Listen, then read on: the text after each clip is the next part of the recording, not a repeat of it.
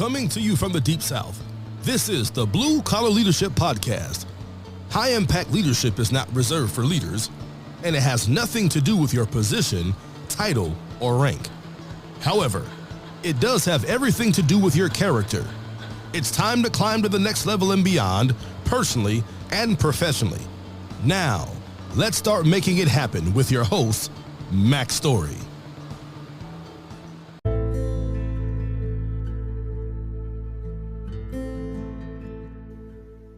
Hello, everyone, and thanks for stopping by the Blue Collar Leadership Podcast. On today's episode, I'm going to introduce you to the most special guest I've ever had. Nothing against the other guests, but I think you'll understand once I introduce you to her. You'll understand why she's so unique and so special to me. But she's a leadership speaker, trainer, and author, and she's also my wife, and her name is Ria.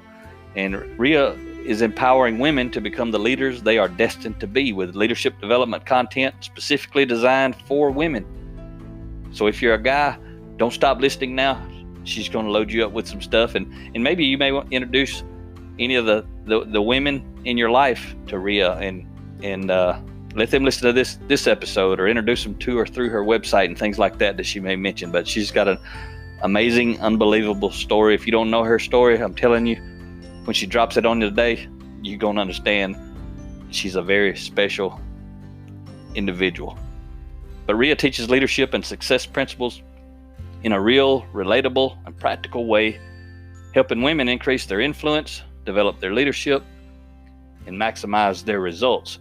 But when Ria first introduces herself to people, a lot of times they don't really understand her name, what she's actually saying. So she has a really unique way of helping people understand her name by saying it so it sticks.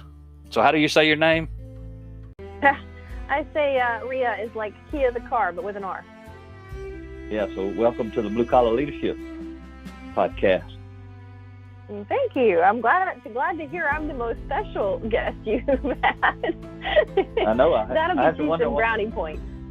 I have to know why has it been so long, but really it's about time. And anybody listening to my podcast recently know that I started off the year talking about personal transformation with my book, 10 Foundational Elements of Intentional Transformation. And then the second half of the year, or the last 30 weeks of the year, is going to be focused on cultural transformation with my book, Blue Collar Leadership and Culture, the 5 components for building high-performance teams.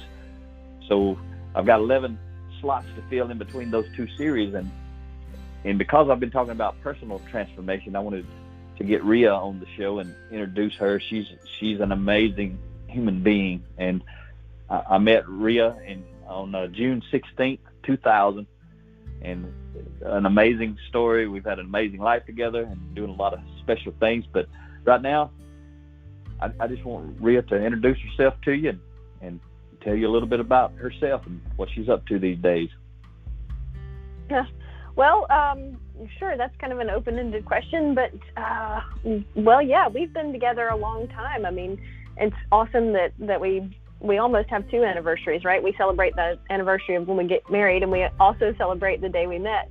A very special day for both of us. And it's interesting because you and I, Mac, we've both grown so much since that time, and we've grown in different ways, and yet I think we've been able to do a good job of growing together in our different ways. And so that's always exciting to me, because I see a lot of people who get started on a personal growth journey and they grow apart from their significant other. And it's one of the, I think, special relationships that we have, is that we've been able to both grow in different ways, but grow towards one another at the same time. And, we talk about doing life together, and that's really, I think, a privilege, is that we do not only just get to do life together, but we speak together and we travel together, and we've even written a book together. So that's pretty awesome. So as far as what we're doing these days, well, we've been traveling pretty heavy. You and I have been to, I think, 11 states already this year, and we're only at mid-March, but I think things are slowing down right now. We're all trying to stay home and avoid some of the potential spreading of germs out there right now. So this is a good time to write a book. And I've been wanting to work on a new book for about 1.5 years. So that's what I'm doing a couple hours every day here lately, is working on a new book. Well, can you share the title with the audience? Well, it's a working title, so I can share it, but don't hold me to it if it changes. The title is Fearfully and Wonderfully Me, and I think the subtitle is going to be something along the lines of the 7 elements of personal growth and transformation to become the woman and leader you are destined to be. Really excited about this book, this topic, because personal transformation, I think, has to happen personally before we can really increase our influence exponentially. Yeah, so when you finish that book up, I'll definitely have to get you back on another episode and talk about it, because it's very aligned with what I'm doing this year with my focus on transformation on the podcast. And it's really cool, for the audience. Some of you probably heard Ria and I speak together, because we speak together on blue collar leadership all over the country. Like Ria said, we were in 40 states last year. We've been in a ton of places this year in 2020, but blue collar leadership is not really Ria's lane. That's my lane. She just supports me. So what is your lane, Ria? I really like to focus on personal growth and leadership for women. That's just really where my heart and my passion is because, and you and I have had this talk before, Mac, but number one, I think that women are it's just a fact. It's not a feminist statement, but it's just a fact that women by nature tend to be a little more relational oriented. And I think that that's a strength when it comes to leadership, because leadership is influence. And I think being able to build a relationship is a strength in the leadership world. And so I really just feel like that's where my heart is and my passion is. But I really think that a lot of women, I know for me, I had to embrace my past and own my story, so to speak, and realize that doesn't define who I am, but it certainly influences who I am. And I think there are a lot of women out there who struggle with overcoming the past and forming their identity based on their values and who they want to be as a woman and as a leader. And I think that is central. That I think that process is just core to how we can influence others, whether it's influencing our kids or influencing our spouses or influencing our team or, our boss even. I think that the foundation of influence is first I've got to be able to influence myself. And I think a large part of that is learning to build and create our identity, reconciling with the past and then building the future. Yeah, and today, I invited you on because we're kind of going to focus on you got 3 books on your personal story, and obviously, unless my audience has heard you speak or done some research, they don't really know your story. But I want to focus on the 3rd book in your series. It's not really a series, but your 3 books about your personal story. And the 3rd one is Bridges Out of the Past: A Survivor's Lessons on Resilience. So, as I begin to introduce you to my audience, and we're talking about personal transformation, I want them to know that. That day that I met you, June 16th, 2000, I walked up and actually saw you, met you, or you walked up. I was standing there. I had no idea what you had been through. And that's the case with a lot of people, right? We don't know. When we just meet somebody, we see somebody, we have no idea what they've been through. Sure, I think that's true for every one of us. We all, everyone's been through something and overcome something, gone through adversity. I mean, life is tough, right? And so all of us have our story that's unique to us, our past, our experiences, and how that shapes us. And I think that's a big part of empathy, is realizing that we see the world as we are, not necessarily as it is. And so our experiences in our past and what we've gone through shapes how we perceive others. And so it is difficult for us to really empathize with what someone else has gone through unless we can remember to step outside of our story and our frame of reference and remember that this person's been through different experiences and different things, and so they see the world differently. I think we could solve a lot of relationship problems if we would realize that empathy and learning to see things from a different perspective is critical in leadership and relationships. Yep. So when I met you that night, and then, a couple of weeks later, we were able to talk again, kind of started getting to know each other. And for the audience listening, it didn't take me very long to start figuring out that something in Ria's world wasn't quite right. I had no idea really what it was. I started kind of coming to assumptions and trying to figure out things like we all do. But that night I met you, Ria, you were 19 years old, and life hadn't been so great up to that moment, had it?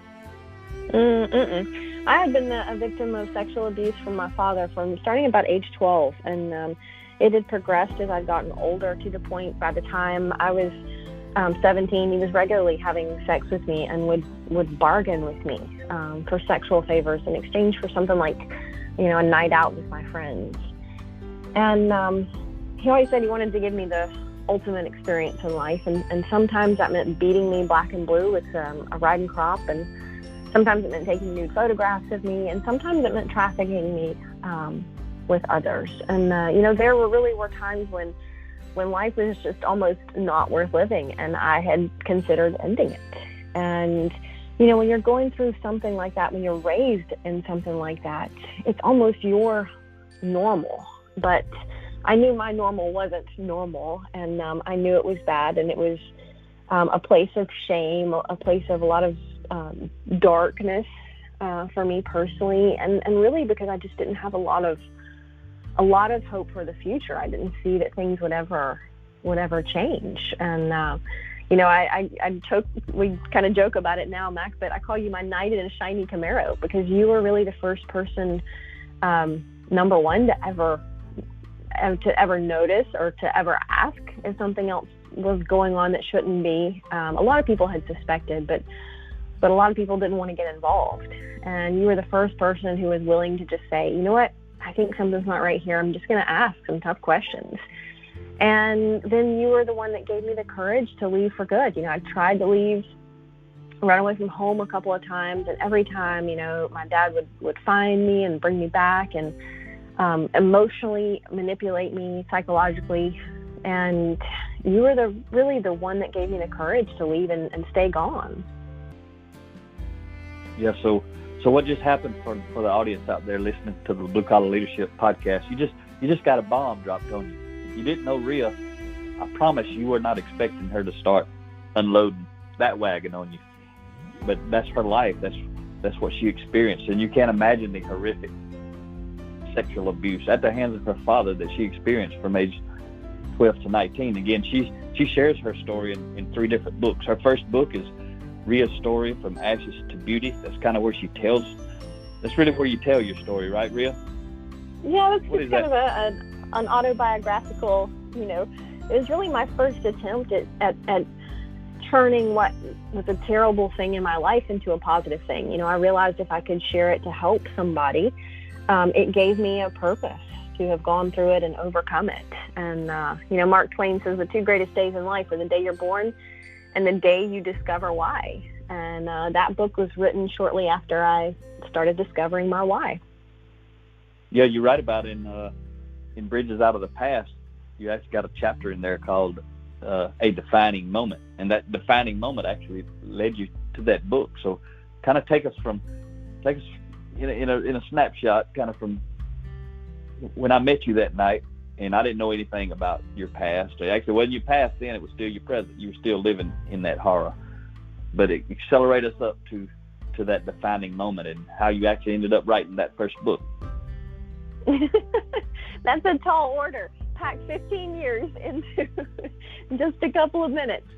After I left home and you had your support in doing that, and I didn't have much of anything. I had a couple of duffel bags and a couple of pillowcases stuffed with some clothes, and I didn't have a job. I didn't have any money. I didn't have a high school diploma because I'd never been to school. I'd been homeschooled my entire life. And the only job that I could find was working as a waitress at Pizza Hut and making $2. I remember my first paycheck. I think I still have it somewhere. making $2.13 an hour, plus some tips, of course. $2.13 an hour to pick up half-eaten pizza crusts and bus dirty tables. Now, there's absolutely nothing wrong with that. I was proud to get it, and I was grateful for it. But I knew that's not what I wanted to do the rest of my life. And I also knew that, the job of my dreams wasn't going to come find me at Pizza Hut. I had to do something different if I wanted life to be different. I knew I could spend the rest of my life using what happened to me as an excuse for a lack of success, or I could just say, you know what, I'm going to be a stronger person because of it. So, I talk about that now, and I say I learned to cope, I learned to survive. What I didn't learn to do early on was to talk about what happened to me. I didn't want to talk about it. It was a lot of pain, a lot of shame. I didn't want to share that. I'd worked very hard to just be what I thought was a strong person and not a victim. So I didn't, you knew, a couple of very close family member or friends knew, but I didn't talk about it publicly. I went on to start working, going to community college, get a GED, working 2 jobs and sometimes 7 days a week, and going to school, and finally graduating from school with my degree, and going back and getting another one, and then going back and getting another one, because I wanted more. And at the time, I thought the only way to get more was to go to school and get a degree and focus on competency. It's really the only way I knew to be successful. And you and I were both successful in our careers. I went on to work in a healthcare career in administrative healthcare, and in 2013, I was, by my definition, and especially considering where I'd come from, I considered myself to be successful. And let me interrupt you there, Ria, because the folks listening need to understand, and they don't really understand what you went through. I do want to mention to them that if they want to hear you talk about Bridges Out of the Past, or a 7-minute TED Talk video you have, if they go to riastory.com, RIASTORY.com, and if they want to get there quick, they can type in /TEDx, and they'll get to your 7-minute TED Talk where you actually talk for 7 minutes about your personal story. But what I want them to know right here is you went through some stuff, and you didn't just go through. You had to go get your GED because you didn't really have a formal high school diploma or nothing, because you'd been homeschooled. But you went all the way through, from start up with your GED all the way through MBA with a 4.0. And I say that not to impress everyone with you having a 4.0, but I'm talking about you started transforming yourself initially by making amazing personal choices. That's what was your platform, was you were able to lead yourself well. And so you can jump back into 2013, but I wanted them to know you were not just putting along during those years that we didn't talk about this stuff. You were making stuff happen, and you had a tremendous self-discipline, and you still do, to lead yourself well, which we'll get into a little bit later. Go ahead with your 2013 piece. Well, the moral of the story is marry the biggest cheerleader in your life, and I did that. But yeah, so in 2013, you and I were sitting in a conference room in Orlando, and we were listening to motivational speaker Les Brown speak. And he's speaking to a whole room full of people. There were hundreds of people there.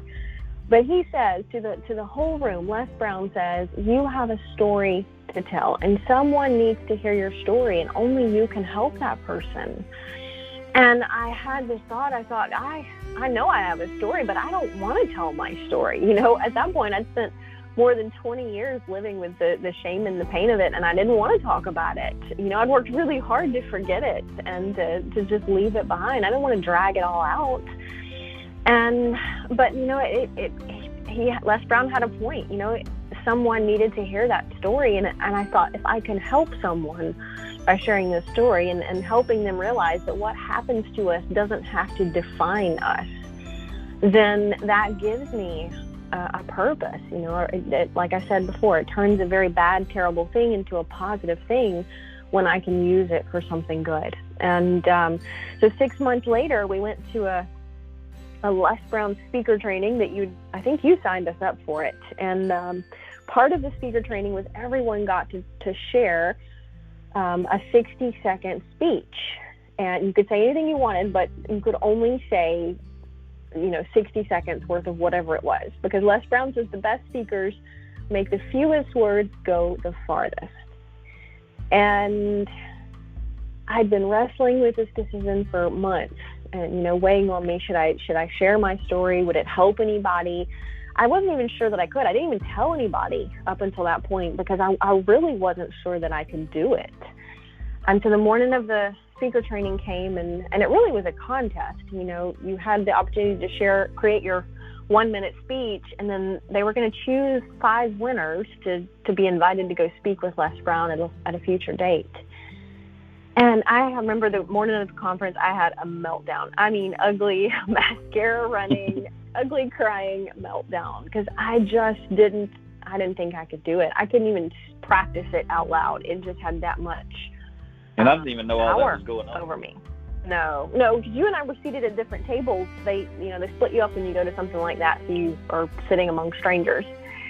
And I just kind of remember thinking in that ladies' room with the mascara running, ugly crying going on, and it was almost like I just felt like I just can't do this. And I just went back into that conference room and thought, you know what, I can do it. And so I shared my 1-minute speech, and it ended up being 47 seconds. And it didn't matter at that point if I'd won the contest, because I'd won a much bigger victory inside of me, saying I'm not going to let the past hold me back. And in doing that, I proved it. So share with us that your coming out speech, if you want to call it that, when you actually said I'm gonna do it. What was that 47 seconds? Share with the audience. This is the first time you shared this publicly. I didn't even know you were going to do it. Yep. I started with a quote. Eleanor Roosevelt said, "I am who I am today because of the choices I made yesterday. 13 years ago, I decided I wasn't going to let 7 years of sexual abuse hold me back. I was 19 when I left home. Don't let the past hold you back. You are who you are today because of the choices that you made yesterday. But who you will be tomorrow is based on the choices that you make today. Choose wisely." Wow. And, I can hear that. And you actually got that's out on YouTube somewhere. Maybe you got that on your website, but you got an actual video of that moment, right? Mm-hmm. I sure do. You know where it's at? It's on YouTube, yeah. Okay, so that's something you can, somebody's listening, they can search up your name on YouTube. They find a lot of videos, but that's one of them they could find, right? And so that 47 seconds changed your life, did it? Yeah, I call that a defining moment because I think a lot of us have defining moments where we either embrace the courage to step forward or we retreat into something less. And it wasn't an easy choice for me. And then one reason it was so impactful is I realized I discovered the difference between a career and a calling. And 10 days later, I went into my boss's office and sat down and just cried all over again because I was resigning from that job that I'd worked so hard to get and gone to school for so long to get. But I really discovered a calling instead of a career, and I knew I couldn't give all of me to one or the other, to both of them. It had to be one or the other. And she was a really good boss. It was a hard decision to walk away, wasn't it? Yeah, absolutely. A great. I had just a great. It was a great organization. She was a great leader. She'd invested in me. She'd believed in me. She helped develop me. And I knew at some level, I was walking away from that opportunity. So it's pretty neat to have you here on the podcast. I know when we're speaking, I always talk about one of the greatest things I ever learned was between stimulus and response. Human beings have the freedom to choose their response. And before you started sharing your story, I would always use some other example, but once you started sharing your story, I could use your example, and I would always talk about now I talk about the same bad thing. Like what happened to you is really, really bad, and there's other bad things that happen to people. But let's say what happened to you. 3 different people could have the same thing happen and have 3 totally different outcomes. Most of the time, what happens is people turn to drugs, alcohol, suicide, that sort of thing, the prostitution. The second person, maybe they just are kind of living like when I met you. I mean, you were still in that situation, but when I met you, you were just living life like nothing was going on behind the scenes. And a lot of people live life like whatever happened to them never happened to them. That's the second type person. And then the third type person is they do what you're doing now. They get on stage, they talk about their story, they talk about what they went through, and they write books about it. The same exact bad thing happened to all 3 people. But what's different, Ria? What caused those 3 completely different outcomes for people who experience the same type, exact, so to speak, situation? What makes it different? Well, I think we are what makes it different. We choose our response to any situation, and it's not an easy choice. And I get it. I do get it. And it's not a choice that we can make just once. I think it's a choice that we make every single day. We're given an opportunity to choose to be better instead of bitter, to choose to be proactive and saying, I can't control everything. I can't control what happens a lot of times, but I absolutely control my response to what happens. And on the back cover of your book, Bridges Out of the Past, you say it's, excuse me, it's not what happens to you in life, it's who you become because of it. Talk about that component of resilience right there before we get into talking about rise. What's that thing you say about dying and living? Resilience is the difference between I didn't die and I learned to live again. When we go through something... Say it again. That's good. Resilience is the difference between I didn't die and I learned to live again. When we go through something traumatic or something that's hard, adversity, challenges, unless it physically, literally kills us, we go on existing. But there's a big difference between simply existing, simply surviving, and actually learning to thrive, learning to live, living to have an abundant life after trauma, after adversity. And that's resilience, is that ability to bounce back and say, I'm going to be better because of it. I'm going to be stronger because of it. It's the phoenix rising from the ashes and being brighter because of it.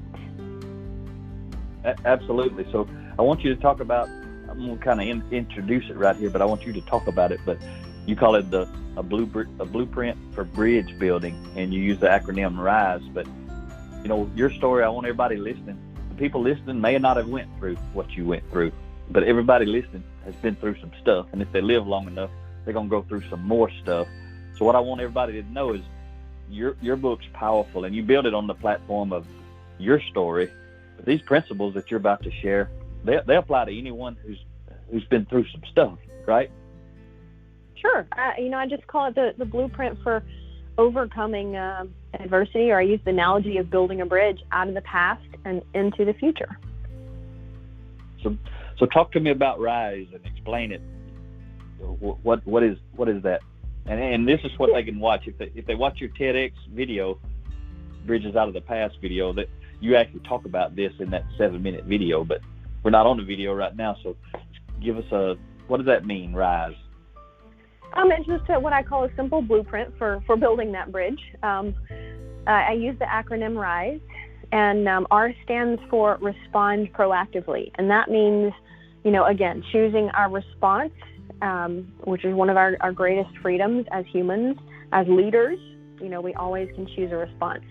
And I think there's 2 parts of that. We respond proactively to the past, and we also which means what happened in the past. We can't drag it along behind us as a suitcase or dead weight.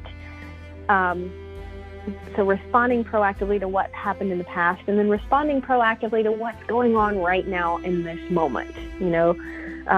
Learning to let the past go, and then embracing my response and my freedom of choices in this current moment.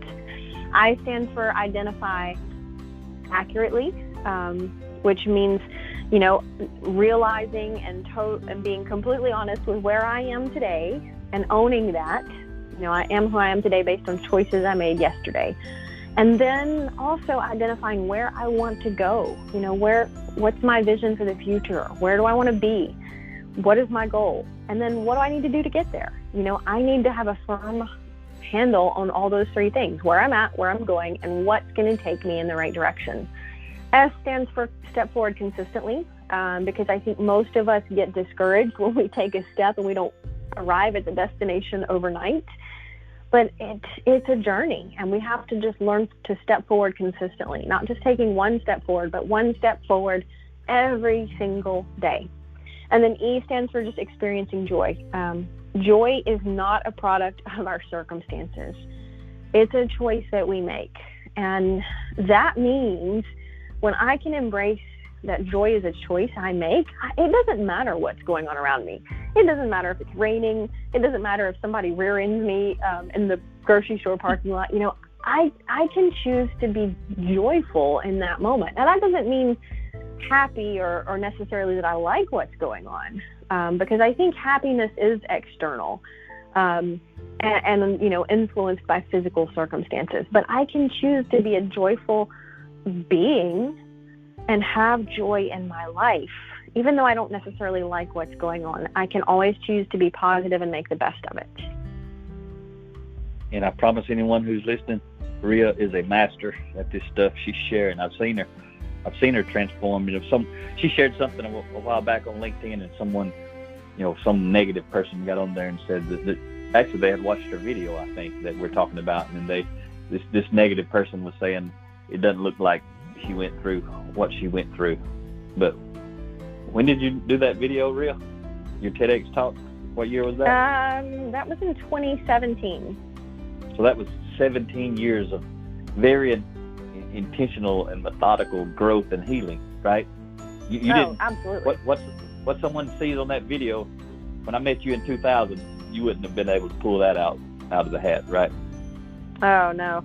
I think you can almost just see almost a physical difference in, little things like my posture, but also I've learned to become a confident person. And there again, it's part of that is owning our story and where we've been and saying, it's bad, it's terrible, it hurts, but it doesn't have to hold me back. It doesn't have to define me. And that's a growth step.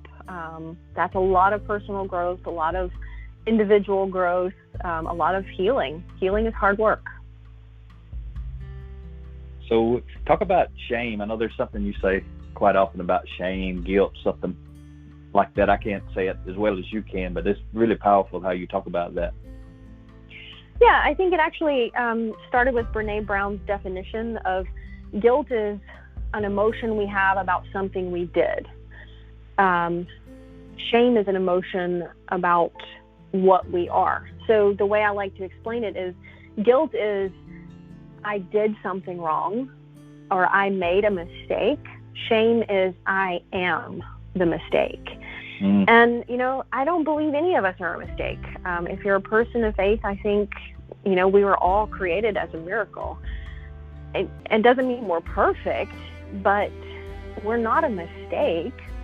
And so I think it's a tough thing sometimes to accept that we are here for a purpose, because that means we got to figure out what that is and then do something to fulfill it. But it's also an incredibly amazing thing to know that you aren't a mistake. And I know it was for me to realize that it's not that I'm something dirty or that I'm a mistake because of what I went through, but realizing that there again, what happens to us doesn't determine who or what we are. Pretty powerful stuff. So I'm on page 80 in your Bridges Out of the Past book, and that's actually a chapter 11, crossing from shame to self-worth. And on page 80, you talk about refuting the lie and claiming the truth. Talk to me about what you kind of touched on it a little bit right there, but talk about what that means, refute the lie and claim the truth. Yeah, I think when we're trying to walk through feelings of shame or feeling that we're not worth anything or not having self-worth, because I think that stems from creating our identity around the fact that we as individuals have value. And that's not based on anyone's opinion. It's not based on, what we do for a living or our career. It's really based on our character and that we, inherently have value as a person. So I think when we're trying to make that step, I think that the first step is just immediately, when we're having those negative emotions or a negative self-talk or negative feelings of self-worth, is just immediately refute that. Anything that's causing you to feel ashamed or inferior. And I don't just mean thoughts of guilt like, oops, I did something wrong, or I should apologize to somebody. If you feel like you should apologize to somebody, you probably should apologize to them. I don't mean that. I mean thoughts or words from somebody else that makes you feel like you are less than. And because that's not true. None of us are better than anyone else. And so if you don't like what you're feeling, then change it. I mean, intentionally thinking something different. And you might have to write an affirmation out that refutes the lie. Just say, I'm not a mistake, or I have value, whatever it is for you. And then the second step is claim the truth. Once you get rid of the lie, claim the truth. Grace is available to all of us. Good stuff, Ria. So now I'm gonna take you to page 106 in the book, and that's chapter 18, crossing from fear to freedom. And you got a lot of stuff in that chapter. But what's that? What do you want the audience to know? And let me just say this while you're thinking about that. The blue collar. We were just up in Boston recently and speaking to a blue collar group, and I know, and because you get to go around and see the folks and meet the folks with me. But blue collar people, I'm telling you guys, I'm one of you. I know you. You got this hard shell. You got this hard shell to get in. But what I know about you is you're a person just like everybody else. You've got emotions. You got feelings. But what we do is we try to be tough around everybody. And I tell you, one of the toughest groups to speak to, blue collar wise, is law enforcement. And some military groups fit into that too. But law enforcement, you got to be tough. You got to have this shell. So whether you do it in public or private, that part doesn't matter. But this stuff Ria's talking about, if you've had some stuff to go on with you and you got some stuff you're dealing with, Ria's books, even though she's a woman, you may be a man or you may be a woman, that part doesn't matter.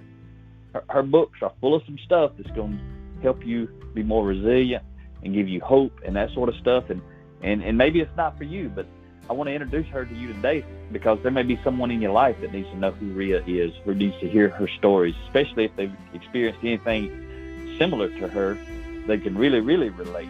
But it applies to anybody going through some stuff. So what is that chapter about, Ria? Crossing from fear to freedom.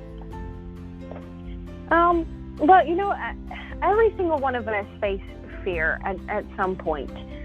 We're human. It's just natural. And I love what Nelson Mandela says. He says that I learned that courage is not the absence of fear, but the triumph over it. The brave man is not he who does not feel afraid, but he who conquers that fear. And fear is just an emotion that we create.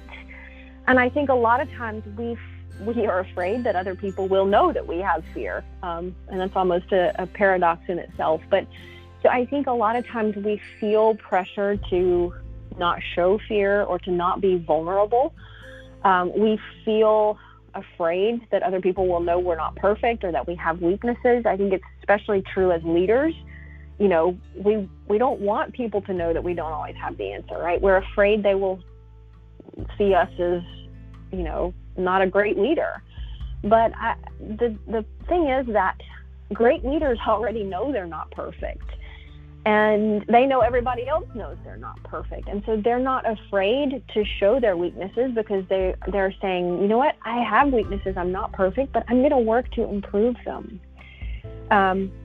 Most of the time, fear is just one of those emotions that we create in our mind. Now, some fear can be healthy, some of it is healthy fear that keeps us from making mistakes. You're afraid to put your hand in the fire because you've been burned before, right? To use that analogy. That's a healthy fear. Being afraid of a snake is a healthy fear. If you see that snake crawling around, you should try to get some distance. That's a healthy fear. But a lot of times fear holds us back. There again, fear of being vulnerable, fear of getting too close to people, and then we miss out on the joy that relationship can bring. Fear that other people will see our weaknesses, and then that causes us to never be able to overcome them. Fear can hold us back from opportunities.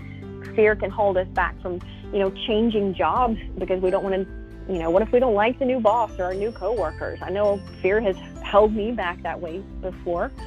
But the last time that every time that we let fear control us, there again, we're missing out on opportunities in life. And so I think it's important to recognize our fear. And I tell people 3 simple steps that you can do that. Number 1, when you're feeling afraid, identify it. When you find yourself not moving forward or not taking an action because of something you're afraid of, sit down and identify it. Is it fear of making a mistake, or fear of not being popular, or here's a big one, fearing that other people won't agree with your decision? And, sit down and really be honest with yourself. Where am I feeling afraid? What am I afraid of? And then identify what you can control about that situation.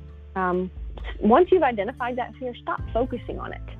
Make a list of every single thing that you can control or influence or cause to happen right now in this moment relative to that fear. Quit focusing on the fear, because successful people invest their time and energy on what they can influence, what they can control.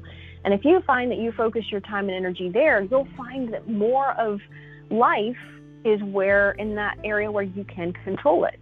And then 3, just take action. If the situation is something that you can't influence, then quit worrying about it, because worrying about it's not going to help anyway. And not moving forward isn't going to help the situation. So now that you've identified what you can control, focus on that.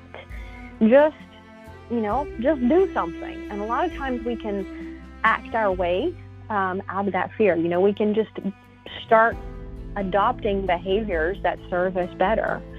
Muhammad Ali said, "He who is not courageous enough to take risks will accomplish nothing in life." And a lot of times we can't let fear hold us back of fear of making a mistake, fear of not doing the right thing. A lot of times, if we don't do anything at all, we just miss out on so many opportunities. And we just have to be courageous about jumping into the water sometimes. Good stuff, Ria. So we got a few more minutes here, but before I talk about, where everybody can find out about you and that sort of stuff and kind of wrap it up, got 2 or 3 minutes right here, but I want to take you to page 109, 110 in your book. I want you to close with talking about that chapter 19, crossing from pain to purpose. What's that all about? Well, I think, and I've said it a couple times, but for me, I realized that moving into my purpose was turning the pain of what happened to me into a good thing, because life is tough. There is death and disease and divorce and debt, and life is full of hardships. And a lot of times when we're going through something painful, we want to know why. If I'm a good person, and we all think of ourselves as good people, I'm sure. If I'm a good person, why am I going through this? Life isn't fair, or why is this happening to me? I don't deserve this. It's natural to have those thoughts and emotions when we're going through a tragedy or trauma or something painful. And we don't always know the answer. We might not ever know the answer, but most of the time, when we rest in confidence that we can use this hardship or use this painful experience for a positive way, then it gives us meaning. Rick Warren likes to say, your most effective ministry comes out of your deepest hurts. And what he really means by that is when we have pain in our lives, we can most often turn that into something positive when we're willing to use that to help others. And so, letting go of what happened in the past. You can't control it. It's out of your control. But put it behind you, learn the lesson from it, and then help somebody else with it. So let go of the pain in the past, but then embrace the purpose. You went through that for a reason, and you might not know the reason why yet. But I guarantee you, if you continue to grow as an individual and grow as a leader, you can realize a positive way to use that painful experience in a meaningful way that helps others. That's good stuff, Ria, like always. And how many books do you have now? I have 11. I'm working on number 12 as we speak. Okay, so 3 of them, and one of them we're talking about today, but 3 of them are your personal story. What are some of the other books you have? Well, I've got, you and I co-wrote Change Happens, Leading Yourself and Others Through Change, and you're much better at that than I was for a long time, so I've learned to get better at it. I've also got Leadership Gems and Leadership Gems for Women. So the kind of what I wish I had known early in my leadership career about leadership characteristics. I've also got Achieve, which is an acronym for success and significance based on attitude and choices, humility, integrity, excellence, energy, and vision. And I've got Prime Time, which talks about the power of effective planning, because we can't really manage time, right? We can only manage what we do with it. And then I've got Straight Talk, which is the power of effective communication, because I was, there again, I write from what I know, and I was terrible as a connector. I'm not an introvert, but just because of what I've been through, I never really learned how to connect with people. And so that book was kind of like what I've learned about connecting with people, because to go from someone who's too shy to speak in an elevator to someone who speaks on stage for a living is a pretty big step, pretty big transformation in and of itself. So a lot of the lessons I've learned in that book. Absolutely, and that's one of your biggest transformations is becoming a connector with people, moving beyond communication. So what I'm learning after doing this session with you today is in the future, I need to do some more of these with you on your different books to share you with my audience, because a lot of your stuff applies to them as well. But one thing I guarantee you everyone listening knows, I already knew it, but I want them to know that I know it, is you're the rock star, I'm the backup singer. Well, I don't know about that. I think we all shine brightly in our different ways. It's not about any star shining brighter than another, because we're all in our own little solar system, right? Yep. So anyone who's listening to you and your message, whether they male or female, doesn't really matter, but you do cater towards the Leadership for Women audience. But I know there's a lot of men who know us both who listen to you and get a lot from you. But you have a podcast too, so they don't have to wait for me to introduce you next time. You got a lot of episodes already out on your podcast, right? I do, about I think 116. Okay, so what's the name of it, or how do they get to that? You can find it on pretty much anywhere you listen to podcasts. It's Fearfully and Wonderfully Me, or you can probably just search up Ria Story. Either one should get you to my podcast, and where I talk about how to increase your influence, how to develop your leadership, and how to maximize your results. Okay, and how else can people follow you, Ria? Oh, you can find me on Twitter, Instagram, Facebook, LinkedIn. It's a great way to connect. I love to connect with like-minded people. You can also just go to my website, riastory.com, so RIASTORY.com. I got tons of resources there, info on books, links to podcasts, articles, things like that. So lots of information out there.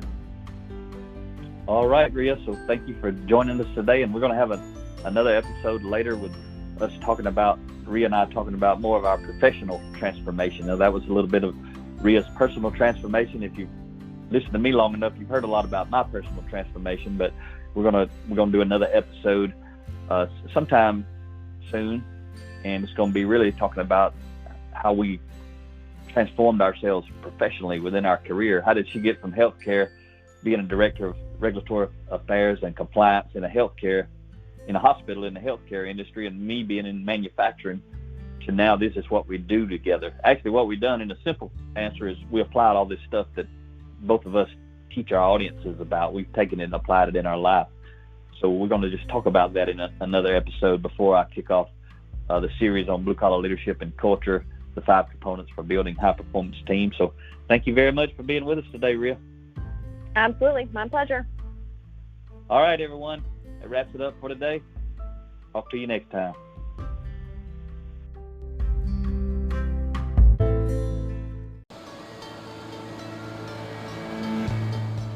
Make it happen or someone else will.